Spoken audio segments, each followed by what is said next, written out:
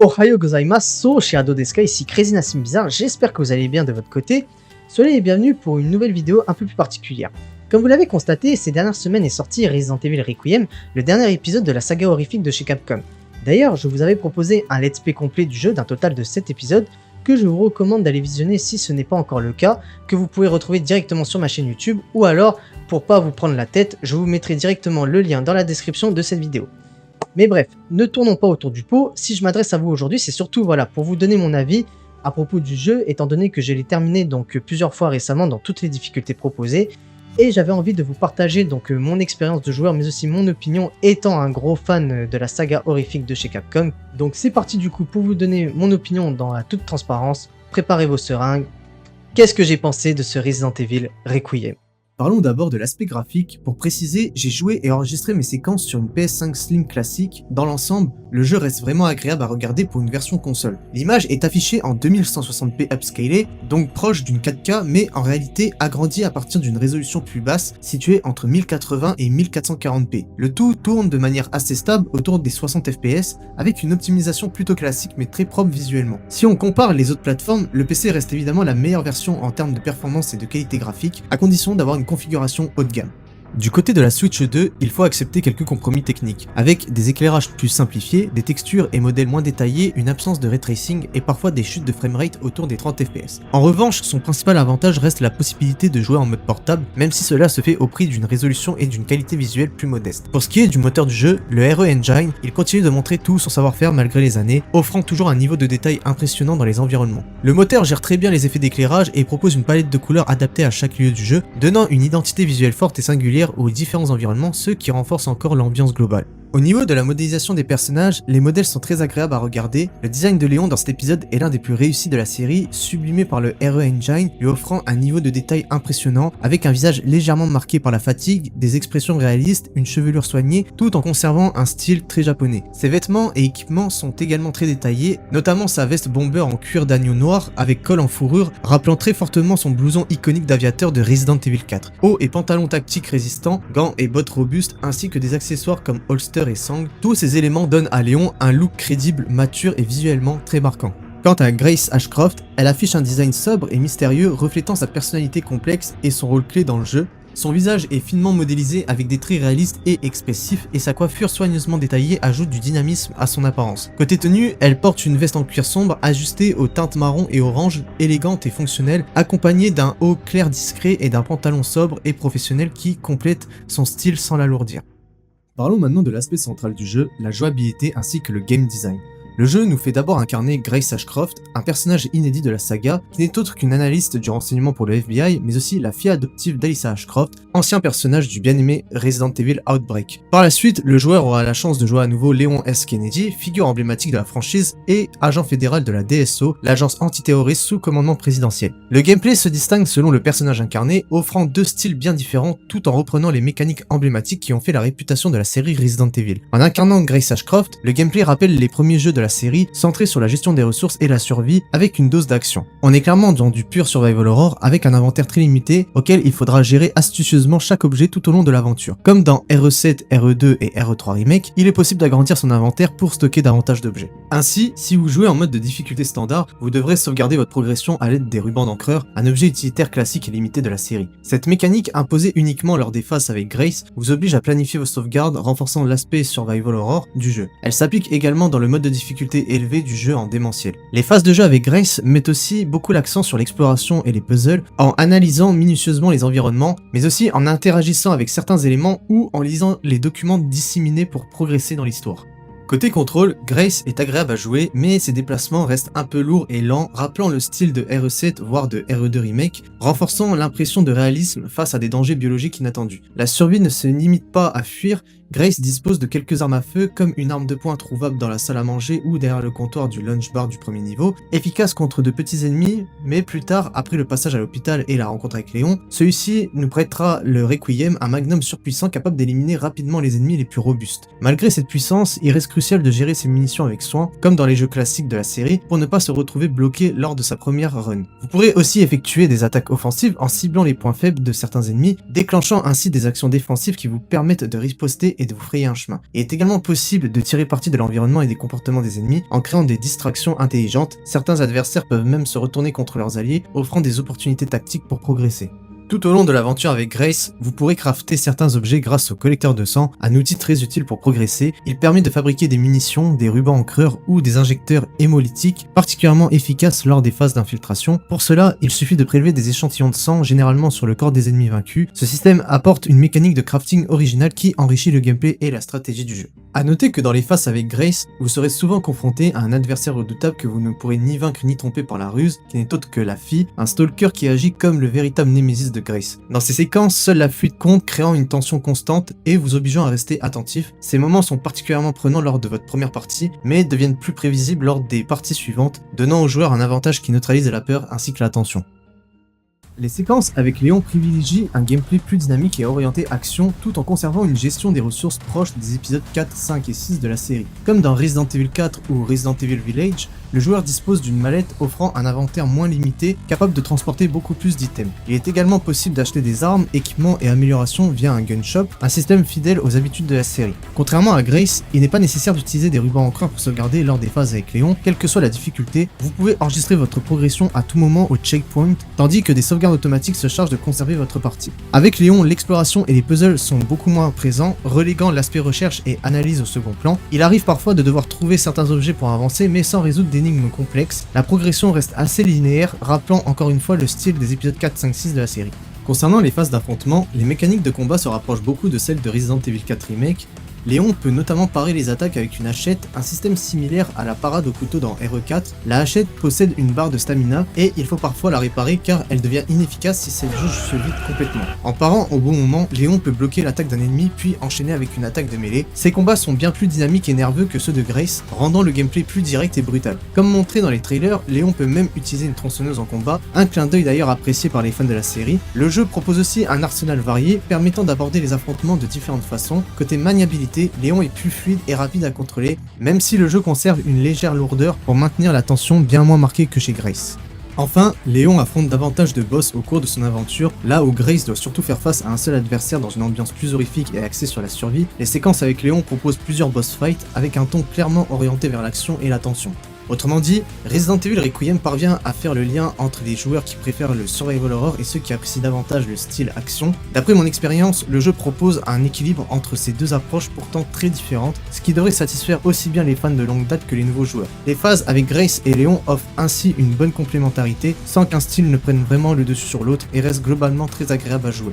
Ah oui, petite précision, il est également possible de changer la vue à tout moment dans les options du jeu, car vous pouvez ainsi jouer soit à la première personne ou alors à la troisième personne selon vos préférences. Lors du premier lancement, le jeu d'ailleurs vous recommande de jouer en vue FPS avec Grace, tandis que la vue TPS sera plus appropriée pour Léon, afin de mieux profiter des différentes ambiances. Pour ma part, j'ai choisi de jouer en vue à la troisième personne pour les deux personnages, car depuis RE4, j'ai toujours apprécié ce type de caméra, notamment pour mieux voir le personnage et avoir une meilleure visibilité dans l'action. La vue FPS fonctionne bien pour la série, mais selon moi, elle reste moins confortable qu'une vue à la troisième personne pour ce genre de jeu.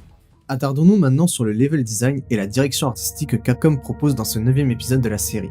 Durant l'aventure, on parcourt plusieurs sections distinctes, chacune mettant en avant l'un ou l'autre des deux personnages. Le jeu se divise ainsi en 3 grandes parties. La première se déroule dans la ville de Wrenwood et sert d'introduction. Cette portion reste relativement courte avant de se poursuivre à l'hôpital Rhodes Hill, que l'on explore principalement avec Grace. Léon, de son côté, intervient lors de courtes séquences jouables, notamment durant certaines transitions ainsi que lors de 2 combats de boss qui lui sont dédiés. La deuxième section du jeu est entièrement consacrée à Léon et se déroule dans Raccoon City, où l'action prend une place beaucoup plus importante dans le gameplay. Enfin, la dernière partie se situe dans le laboratoire souterrain de l'Ark. Cette section propose un équilibre entre les phases jouables avec Grace et celles avec Léon, alternant plus régulièrement entre les deux personnages.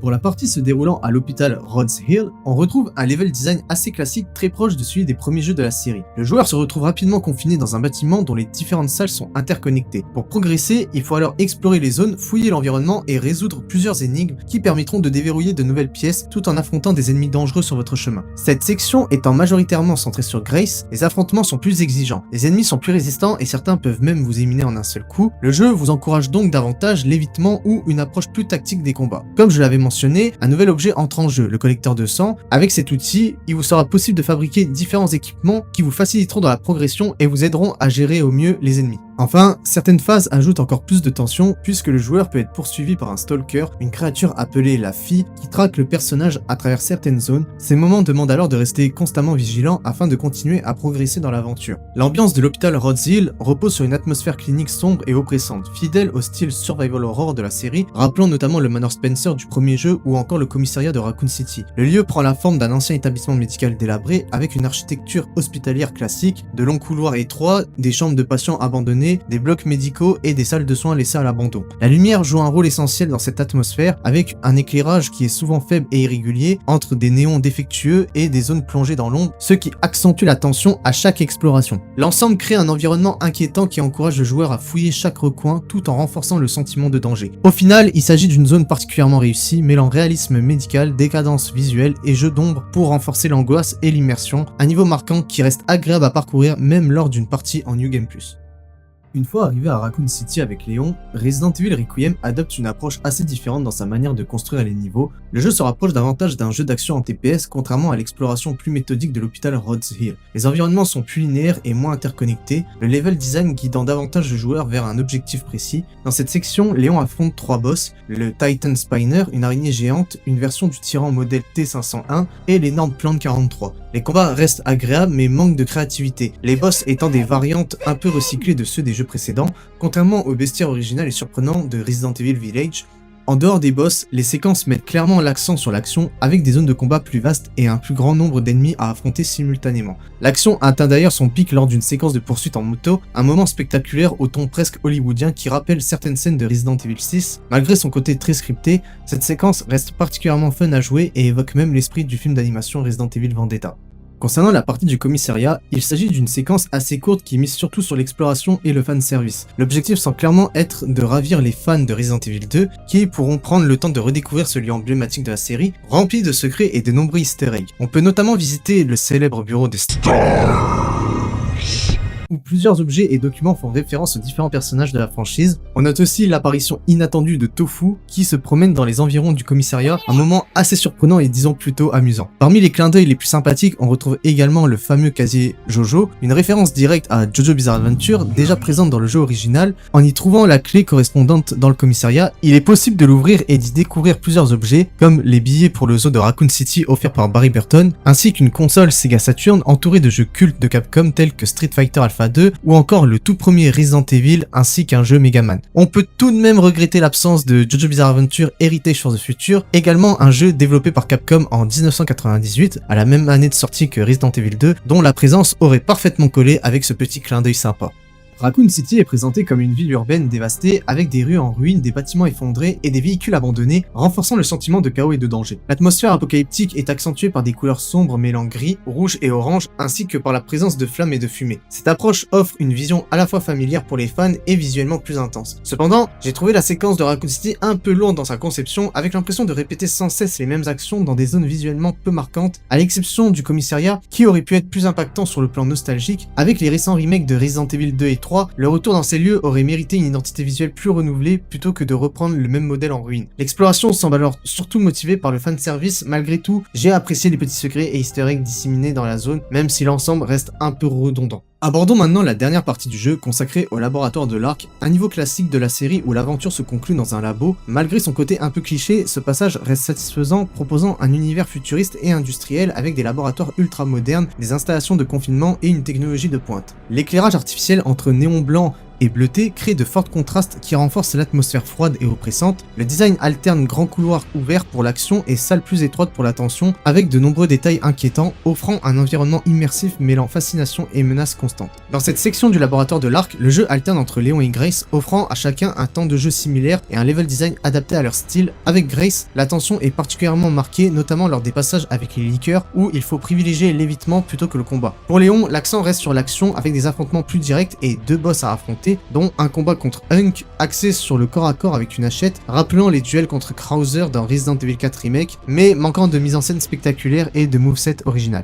En revanche, le combat contre le boss final Victor Gideon se distingue comme le meilleur du jeu. Dans sa première forme mutée, il attaque avec des tentacules et des attaques électriques qu'il faut parer ou esquiver tout en contre-attaquant avec ses armes les plus puissantes. Dans sa forme finale, il prend l'apparence d'une créature massive inspirée du Nemesis de Resident Evil 3 Remake, où il faut viser ses points faibles visibles sur ses pustules pour le déstabiliser et exploiter les ouvertures pour infliger des dégâts. Malgré une seconde forme moins originale, ce boss fight reste très agréable et intense à affronter. Le principal défaut de cette section est sa courte durée, alors que le niveau reste très agréable à explorer. Dommage que Capcom n'ait pas développé davantage de zones pour prolonger l'expérience. Il est également regrettable qu'aucun combat supplémentaire contre Xeno, l'antagoniste du jeu, n'ait été proposé, car cela aurait pu offrir un affrontement spectaculaire à l'image des combats contre Wesker dans Resident Evil 5. Finalement, cette version Wish de l'original se fait balayer très rapidement, laissant une impression d'inachevé.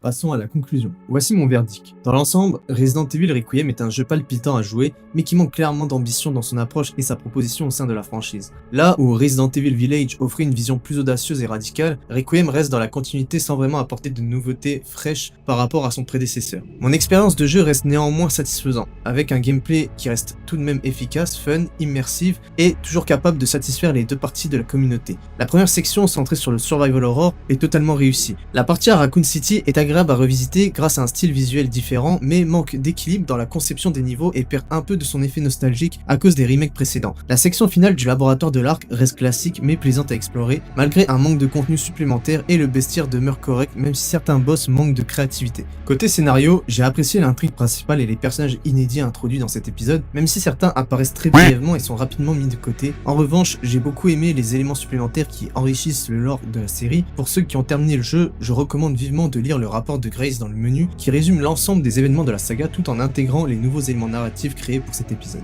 Alors, Resident Evil Requiem est-il un bon jeu pour la saga ?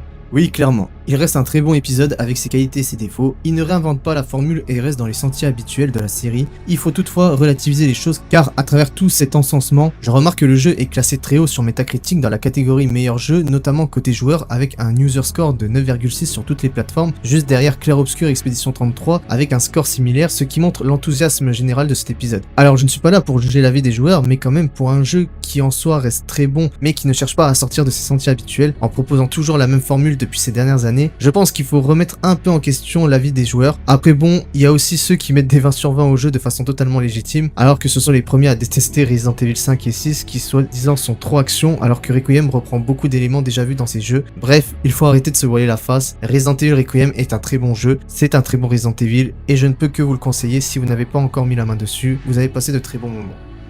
Merci d'avoir visionné la vidéo en espérant que vous avez apprécié celle-ci. Si c'est le cas, n'hésitez pas à laisser un like pour me soutenir, à partager la vidéo dans les réseaux sociaux, également à vous abonner si vous appréciez mon contenu. Et je vous invite également à donner votre avis concernant ce Resident Evil Requiem, à savoir pour vous, qu'est-ce que vous en avez pensé du côté de votre expérience. Partagez ça dans l'espace commentaire, je me ferai un plaisir de lire vos réponses. Sur ce, on se retrouve pour de futures vidéos à l'avenir. Prenez soin de vous, à la prochaine et puis arrivederci.